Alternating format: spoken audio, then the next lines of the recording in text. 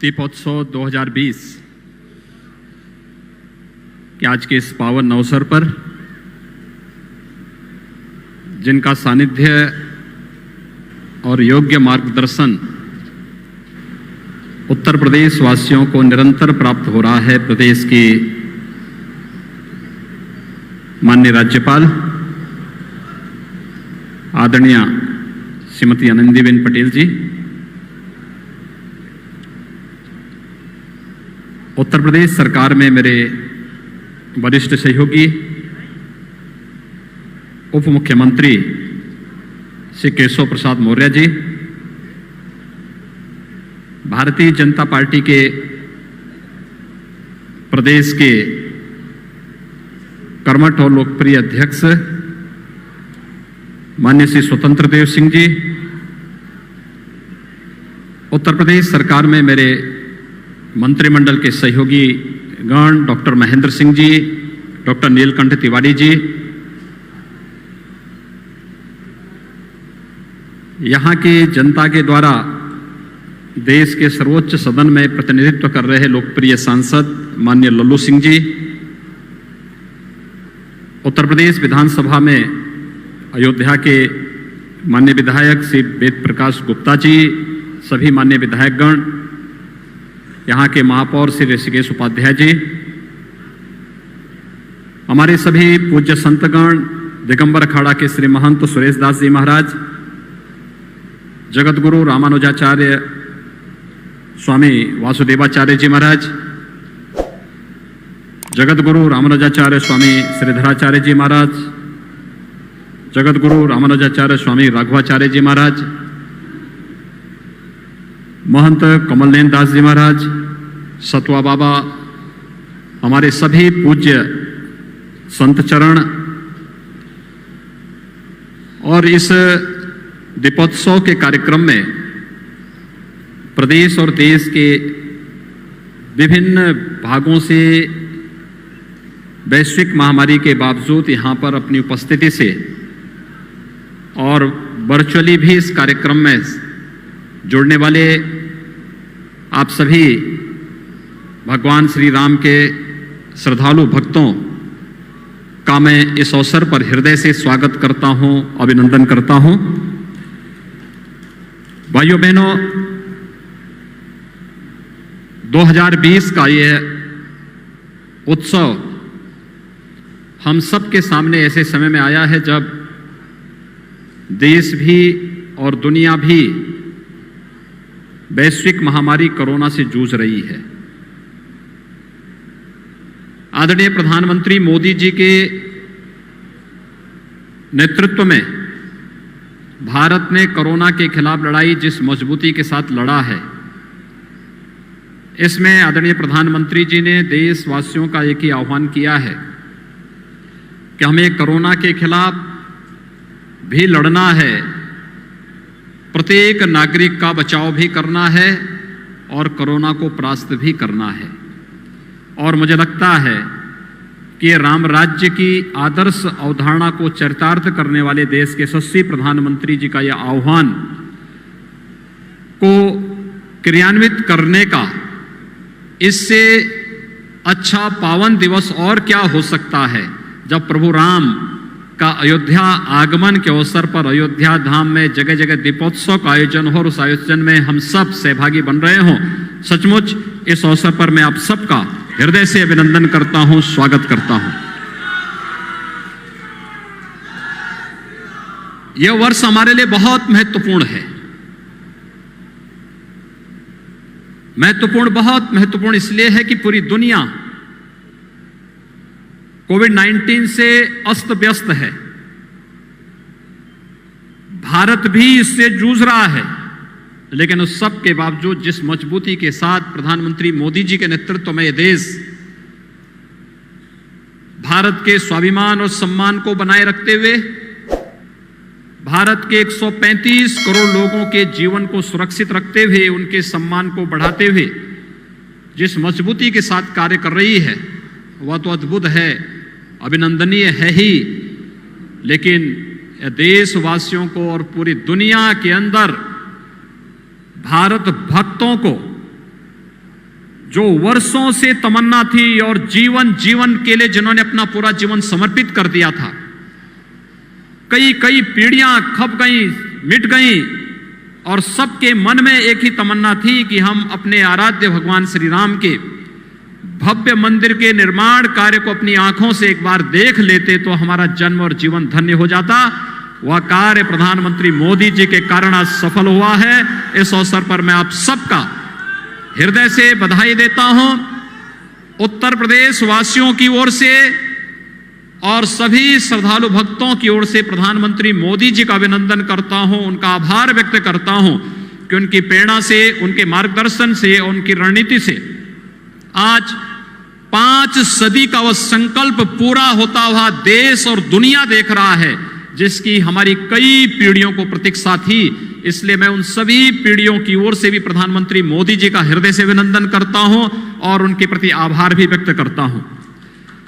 भाइयों बहनों, मैं विगत वर्ष तक जब भी अयोध्या आता था, हमारे पूज्य संतों का भी और भक्तों का भी एक ही आग्रह रहता था। वे एक ही बात कहते थे कि योगी जी, जब भी मैं यहां बोलने के लिए खड़ा होता था तो मैं कुछ विकास के कार्यों के साथ अयोध्या को जोड़ने के लिए आता था, लेकिन आवाज एक ही आती थी कि योगी जी, काम की बात मत करो, अयोध्या में राम मंदिर का निर्माण करो। एक ही आवाज हमें हर जगह से सुनाई देती थी। और भाइयों बहनों, भारत माता के लाल, देश के यशस्वी प्रधानमंत्री नरेंद्र मोदी जी ने इस देश के संकल्प को पूरा किया है और स्वयं कोरोना कालखंड में कोविड-19 के सभी प्रोटोकॉल का पालन करते हुए स्वयं समय देकर के वे अयोध्या धाम पधारे और अयोध्या में आकर के प्रभु श्री राम के भव्य मंदिर के निर्माण कार्य का शुभारंभ अपने कर कमलों से प्रारंभ करके प्रधानमंत्री मोदी जी ने देश और दुनिया को राम राज्य की उस परिकल्पना का स्पष्ट संदेश दिया, जो पिछले 6 वर्षों से इस देश के अंदर गांव के लिए, गरीब के लिए, किसान के लिए, नौजवान के लिए, महिलाओं के लिए और समाज के प्रत्येक तबके के लिए अपने एक एक क्षण जिसके लिए उन्होंने समर्पित किया और जिसके लिए उन्होंने पूरा जीवन लगा दिया, वह इस देश ने देखा है। आज का जो दिवस है, दीपोत्सव भगवान राम का द्वारा सत्य, धर्म और न्याय की लड़ाई जीतने के बाद अयोध्या आगमन, 14 वर्षों के बाद अयोध्या आगमन की स्मृति में हम लोग मनाते हैं। और हम लोगों की हार्दिक इच्छा है कि यह आयोजन अयोध्या के माध्यम से देश और दुनिया के साथ जुड़े। दीपावली का आयोजन हर भारतवासी मनाता है। पूरी दुनिया के अंदर जहां कहीं भी सनातन हिंदू धर्मावलंबी होगा, भारत के अंदर जन्मी हुई किसी भी मत, मजहब, संप्रदाय से जुड़े हुए कोई भी अनुयायी वो भारतवंशी है, भारतवासी है, वह दीपोत्सव के साथ, दीपावली के आयोजन के साथ जुड़ता है और इस आयोजन के साथ जुड़ करके अपने जन्म और जीवन को गौरव की अनुभूति करता है। और हम लोगों को इस आयोजन को अयोध्या धाम के माध्यम से देश और दुनिया तक पहुंचाना है, जिससे अयोध्या की अच्छी ब्रांडिंग भी हो सके और मर्यादा पुरुषोत्तम भगवान श्री राम जन जन के आराध्य के रूप में, इसी प्रकार से पूज्य रूप से सबके सामने उसी रूप में दीपोत्सव के माध्यम से आशीर्वाद देते रहे, जो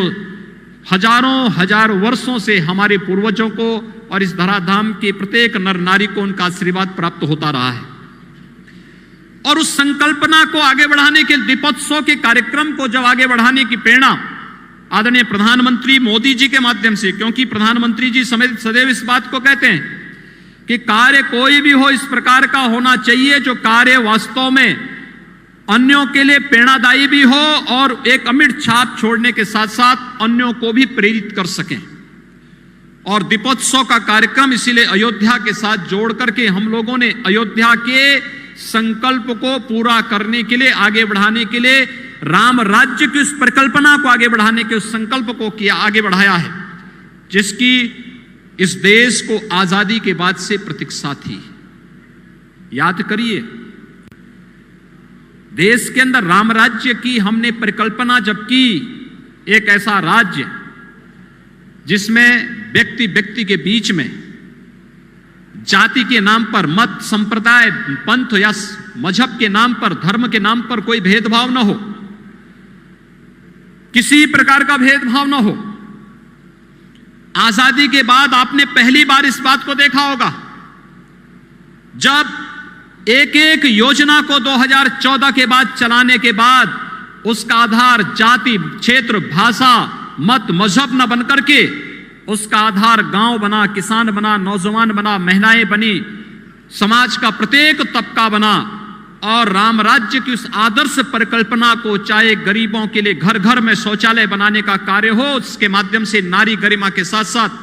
स्वास्थ्य की आदर्श परिकल्पना को हम चरितार्थ कर सकें, यह कार्य हो, या प्रत्येक गरीब को एक एक घर देने का, घर घर में रोशनी देने का, उज्ज्वला योजना के माध्यम से 4 करोड़ परिवारों को बिजली पहुंचाने का कार्य हो, या फिर नारी गरिमा का सम्मान रखने के लिए प्रत्येक परिवार को रसोई गैस के निःशुल्क कनेक्शन देने का कार्यक्रम रहा हो, आरोग्यता के लिए आयुष्मान भारत के अंदर, प्रधानमंत्री आयुष्मान भारत के अंदर हर गरीब को 5 लाख का प्रतिवर्ष स्वास्थ्य बीमा का कवर देने का हो, या इस कोरोना कालखंड में आपने देखा होगा देश के 80 करोड़ लोगों को निःशुल्क खाद्यान्न उपलब्ध कराने का कार्य, और देश के अंदर पोर्टेबिलिटी के माध्यम से अयोध्या का वासी अगर वह मुंबई में, बेंगलुरु में, अहमदाबाद में या देश के अंदर कहीं भी है, अगर उसने अयोध्या में राशन कार्ड बनाया है तो उस राशन कार्ड से देश के अंदर कहीं भी राशन लेने की सुविधा प्राप्त कर सकता है। यह सुविधा अगर किसी ने उपलब्ध कराई है, प्रधानमंत्री मोदी जी ने उपलब्ध कराई है, और इसमें जाति, क्षेत्र, भाषा, मत और मजहब के आधार पर किसी के साथ कोई भेदभाव नहीं किया गया। कोरोना कालखंड में कितना बड़ा कार्य हुआ, सबको बचाने के बावजूद सेवा के कार्यों को आगे करने के साथ साथ विकास थमने नहीं देंगे, रुकने नहीं देंगे, कार्यक्रम अनवरत चलते रहेंगे, और ये कार्यक्रम भी निरंतर चलते रहे, चल रहे हैं। आपने देखा होगा आज केंद्रीय वित्त मंत्री जी का वक्तव्य भी सामने आया है। उन्होंने साफ कहा कि अर्थव्यवस्था अपनी पुराने स्वरूप में फिर से आकर के द्रुत गति से आगे बढ़ रही है। ये विकास की इस प्रक्रिया को आगे बढ़ाने का कार्य आज अगर हम उत्तर प्रदेश में सफल हो रहे हैं, हमने कुंभ को वैश्विक स्तर पर ले जाकर के एक सफल, स्वच्छ और सुरक्षित कुंभ के रूप में पूज्य संतों की भावनाओं के अनुरूप अपने आयोजन को इस रूप में प्रस्तुत किया, तो इसकी प्रेरणा, इसका मार्गदर्शन भी प्रधानमंत्री मोदी जी का था। अगर आज हम दीपोत्सव के कार्यक्रम को वैश्विक स्तर पर पहुंचाने में सफल हुए, तो इसके पीछे भी प्रेरणा और मार्गदर्शन प्रधानमंत्री मोदी जी का था। कोरिया को स्वकेक को अयोध्या के साथ जोड़ना, फिजी को अयोध्या के साथ जोड़ना, थाईलैंड को अयोध्या के साथ जोड़ना, जापान को अयोध्या के साथ जोड़ना, नेपाल को अयोध्या के साथ जोड़ना, ये पहले से जुड़े थे, लेकिन इसको आधुनिक परिप्रेक्ष्य में जोड़ने का कार्य हम कर सकें। अयोध्या से जनकपुर की बस यात्रा और राम जानकी मार्ग को एक बार फिर से हम उस यात्रा को इतना सुगम कर सकें। जब प्रभु श्री राम मां जानकी को लेकर अयोध्या आए थे, कई दिन लगे थे, लेकिन आज प्रधानमंत्री मोदी जी के कारण अगर सड़क मार्ग से कुछ ही महीनों के बाद जब ये मार्ग राम जानकी मार्ग बनकर के तैयार होगा, 5 से 6 घंटे की दूरी में हम सीतामढ़ी से अयोध्या की दूरी तय करने में सफल हो जाएंगे।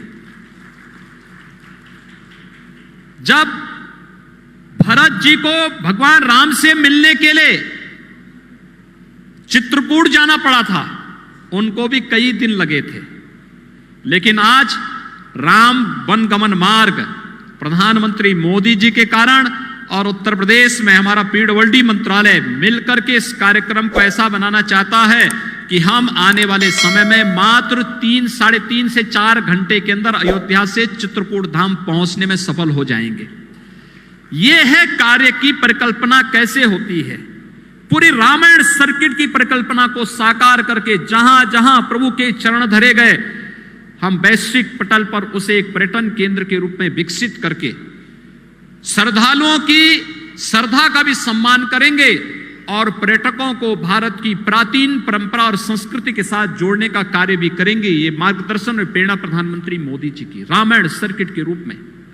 कृष्णा सर्किट के रूप में, आध्यात्मिक सर्किट के रूप में अलग अलग धामों को अलग अलग रूप में जोड़ने का कार्य किया जा रहा है। और यह कार्य जिस रूप में होता हुआ दिखाई दे रहा है, अयोध्या के अंदर पंचकोसी परिक्रमा, 14 कोसी परिक्रमा, 84 कोसी परिक्रमा, पिछली सरकारें इन परिक्रमाओं को रोकती थी और आज की सरकारें, प्रदेश की हो या केंद्र की सरकार, इन प्रयोजन कोसी, पंचकोसी, 14 कोसी, 84 कोसी परिक्रमा की इस परिक्रमा के लिए, हमारे पूज्य संतों के लिए और भक्तों के लिए दोनों के पैरों में छाले न पड़े, बल्कि प्रभु नाम का स्मरण करते करते वो लोक कल्याण के लिए, राष्ट्र कल्याण के लिए अपने आप को समर्पित कर सकें। इस भाव के साथ इन सभी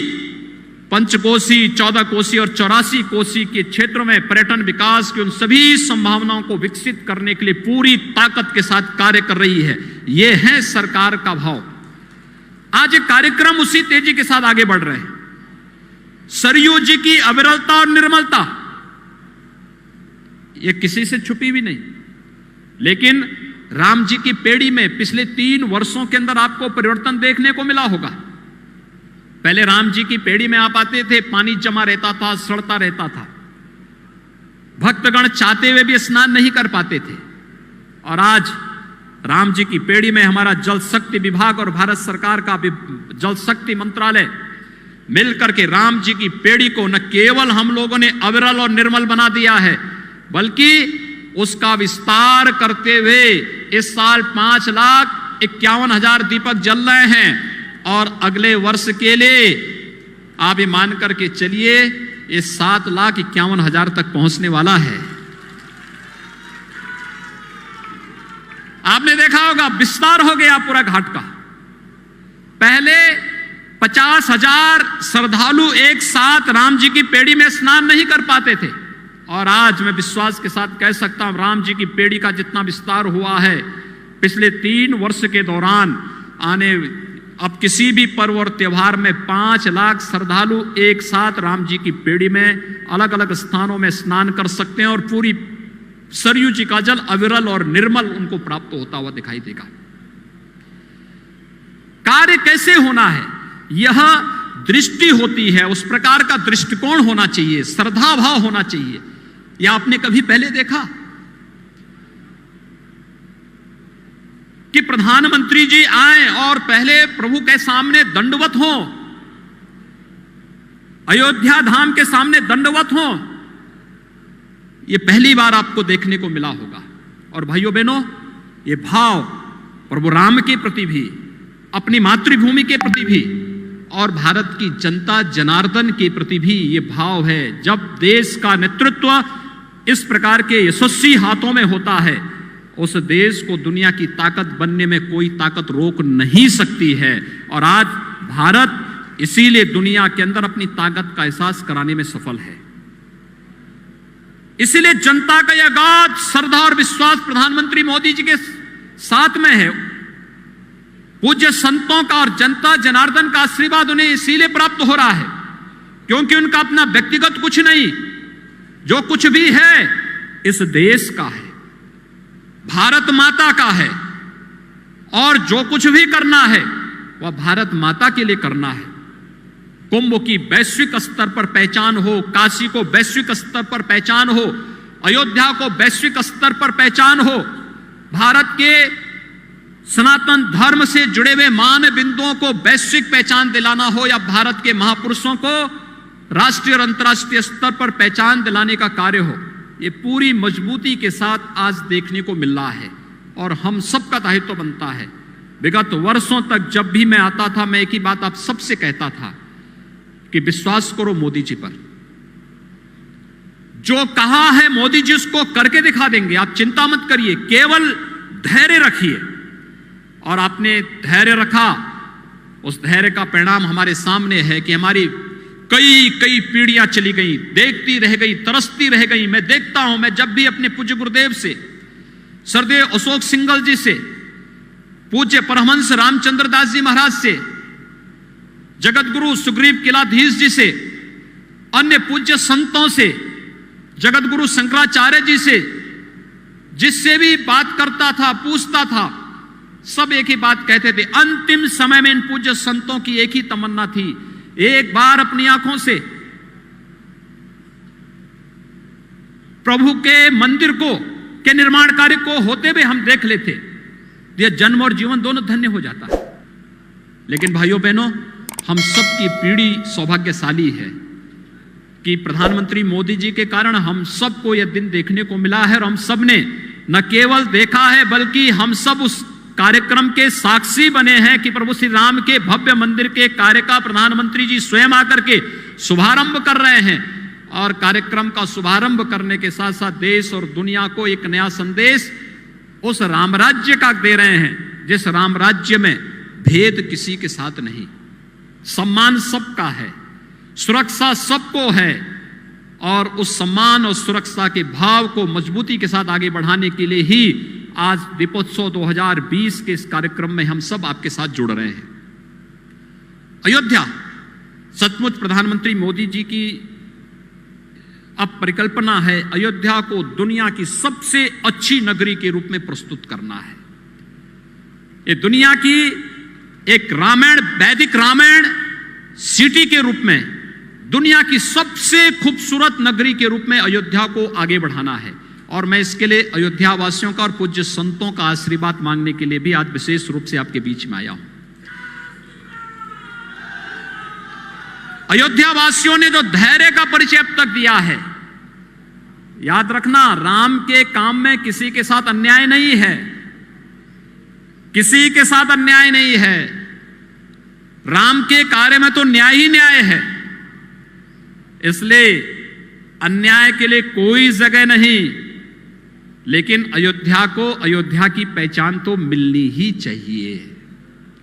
और उस पहचान को दिलाने के लिए ही आज प्रदेश और केंद्र दोनों सरकारें पूरी प्रतिबद्धता के साथ कार्य करना चाहती है। यह कार्यक्रम हमारा बहुत विशाल होता, विराट होता, कोविड-19 का खतरा नहीं होता, संक्रमण का भय नहीं होता, हम लोग इसको बहुत विराट स्वरूप देते। लेकिन कार्यक्रम में कहीं विघ्न बाधा न पैदा हो और कार्यक्रम हमारा अखंड बना रहे, इसलिए संक्षेप में हम लोगों ने इस आयोजन को इस रूप में किया।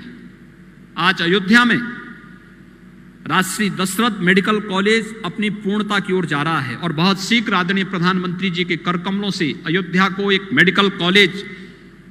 विश्वस्तरीय स्वास्थ्य सुविधा का एक मेडिकल कॉलेज यहां प्राप्त होगा। अयोध्या में अंतर्राष्ट्रीय एयरपोर्ट के निर्माण मर्यादा पुरुषोत्तम भगवान श्री राम की मान्यता के अनुरूप दुनिया के उन सभी देशों के साथ अयोध्या का संबंध जोड़ने के लिए कि अगर किसी को कोरिया से यहां आना होगा तो उनको बाया बेंगलोर, बाया दिल्ली, बाया लखनऊ नहीं, वे कोरिया से चलेंगे, सीधे अयोध्या की एयरपट्टी पर उतरेंगे और अयोध्या में आकर के अपना संवाद बनाएंगे।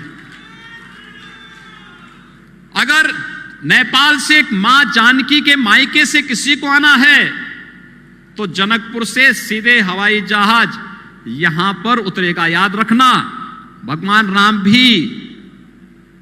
लंका विजय के बाद अयोध्या पुष्पक विमान से ही आए थे,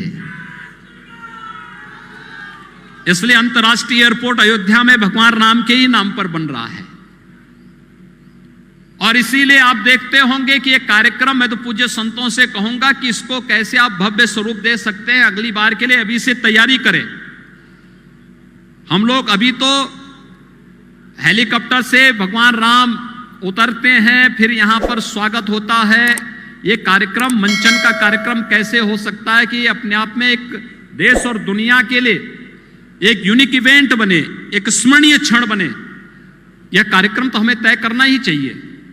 लेकिन साथ साथ हमें यह भी देखना चाहिए कि अयोध्या को कैसे हम इस रूप में विकसित कर सकते हैं, एक वैदिक रामायण सिटी के रूप में। उस प्रकार का आचार, उस प्रकार का विचार, उस प्रकार का शोध, उस प्रकार के आविष्कार, उस प्रकार की यहाँ की व्यवस्था, उस प्रकार के गुरुकुल की परंपरा, उस प्रकार की यहाँ की एक एक कार्य में उस प्रकार की झलक देखने को मिले। और उस परिकल्पना को साकार करने के लिए ही अयोध्या वासियों का समर्थन और सहयोग मांगने के लिए आज विशेष रूप से उत्तर प्रदेश सरकार में हमारी आदरणीय राज्यपाल महोदय, मैं, हमारे डिप्टी सीएम केशव प्रसाद जी, श्री स्वतंत्र देव सिंह जी, मेरे मंत्रिमंडल के सभी सहयोगीगण, हमारे सांसद, विधायक, महापौर, ये सभी लोग आपके सामने आए हैं कि अब इसमें देर नहीं होनी चाहिए। बहुत देर हुई है, आपने बहुत सहा है, बहुत अन्याय सहा है, बहुत अपमान भी सहा है। अयोध्या आने में लोग संकोच करते थे और एक समय तो ऐसा माहौल बना दिया गया था कि अयोध्या का नाम लेंगे तो जैसे कोई गाली दे रहा हो। जब पहले दीपोत्सव की बात सामने आई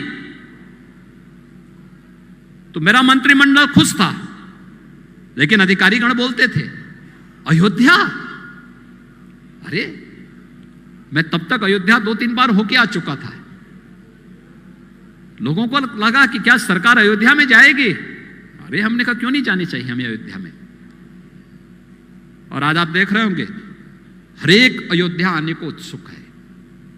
पूरा देश, पूरी दुनिया अयोध्या आने को उत्सुक है।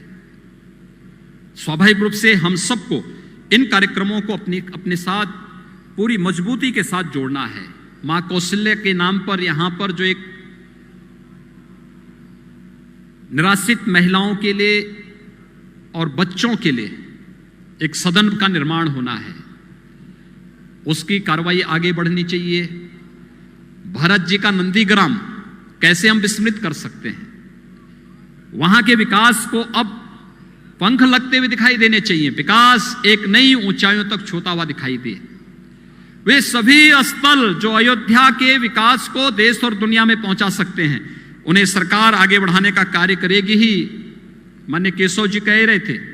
वे स्वयं श्रृंगवेरपुर से आए हैं। प्रभु राम पहले श्रृंगवेरपुर ही गए थे और श्रृंगवेरपुर के ही विकास के लिए भी हम लोगों ने एक बहुत अच्छी रूपरेखा तैयार की है। भगवान राम जहां जहां गए थे, मैं पिछले दिनों वाल्मीकि जयंती पर वाल्मीकि आश्रम लालापुर गया था। लालापुर को संत तुलसीदास जी के जन्मस्थली के साथ जोड़ने की कार्यक्रम हम लोग आगे बढ़ा रहे हैं। ये सभी कार्यक्रम एक साथ आगे बढ़ेंगे और इन कार्यक्रमों को हम लोग लेकर के जब आगे बढ़ेंगे तो भाइयों बहनों, आप ये मान करके चलेंगे कि अयोध्या वैश्विक स्तर पर फिर से प्रभु राम के समय की उस पहचान को एक बार फिर से पुनर्स्थापित करने में हम सब सफल हो पाएंगे। और आज के इस अवसर पर दीपोत्सव 2020 का एक कार्यक्रम चल रहा है। उत्तर प्रदेश सरकार का चतुर्थ दीपोत्सव का कार्यक्रम यहाँ पर संपन्न हो रहा है। आप सबका सहयोग इन सभी कार्यक्रमों के साथ हम जोड़ने के लिए यहाँ पर आए हैं। आज के इस अवसर पर इस कार्यक्रम में विगत 3-4 चौथा ये दीपोत्सव का कार्यक्रम है। 3 दीपोत्सव के कार्यक्रम में श्री मणिराम दास सावनी के पूज्य महंत और श्री राम जन्मभूमि तीर्थ न्यास के हमारे अध्यक्ष पूज्य महंत नृत्य गोपाल दास जी महाराज का सानिध्य हमें प्राप्त होता था। आज उनकी अस्वस्थता के कारण वे यहाँ पर उपस्थित नहीं हो पाए हैं,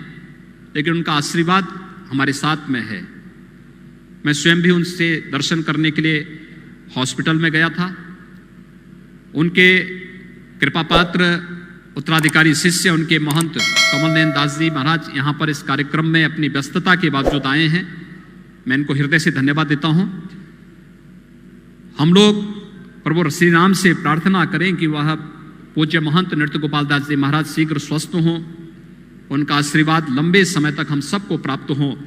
अयोध्या वासियों को, सनातन हिंदू धर्मावलंबियों को, सभी नागरिकों को उनका आशीर्वाद पूर्व की भांति प्राप्त हो, ये हम सबकी कामना होनी चाहिए। मैं एक बार फिर से आप सबको मैं इस अवसर पर धन्यवाद दूंगा। डाक विभाग को और डॉक्टर राम मनोहर लोहिया विश्वविद्यालय के माननीय कुलपति जी को, जिन्होंने दीपोत्सव पर एक स्पेशल कवर आज यहाँ पर रिलीज करवाया है। एक अच्छा कार्यक्रम हुआ है। हमें कुछ न कुछ स्मृतियां हर वर्ष की बनानी चाहिए और हर वर्ष इन कार्यक्रमों को जैसे इस बार हमने किया है, अगले बार के लिए हम क्या कर सकते हैं, इसकी तैयारी अभी से पहले से ही हमें तैयार रखनी चाहिए। और कुछ न एक इवेंट बनते हैं, सभी हर एक को आगे बढ़ने के लिए प्रेरित होता है, उनको एक नई प्रेरणा और प्रकाश प्राप्त होती है। आने वाले लोगों के लिए इन्हें धरोहर के रूप में, विरासत के रूप में सजोने का एक अवसर प्राप्त होता है। हम इन कार्यक्रमों को अनवरत रूप से आगे बढ़ा सकेंगे। आज के इस अवसर पर मैं उन सभी को हृदय से अभिनंदन करूंगा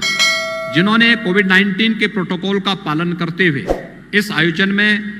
उन्होंने हर प्रकार से अपनी सहभागिता सुनिश्चित की है। प्रदेश सरकार के हमारे अधिकारीगण हैं, मुख्य सचिव हैं, अपर मुख्य सचिव गृह हैं, अपर मुख्य सचिव सूचना हैं,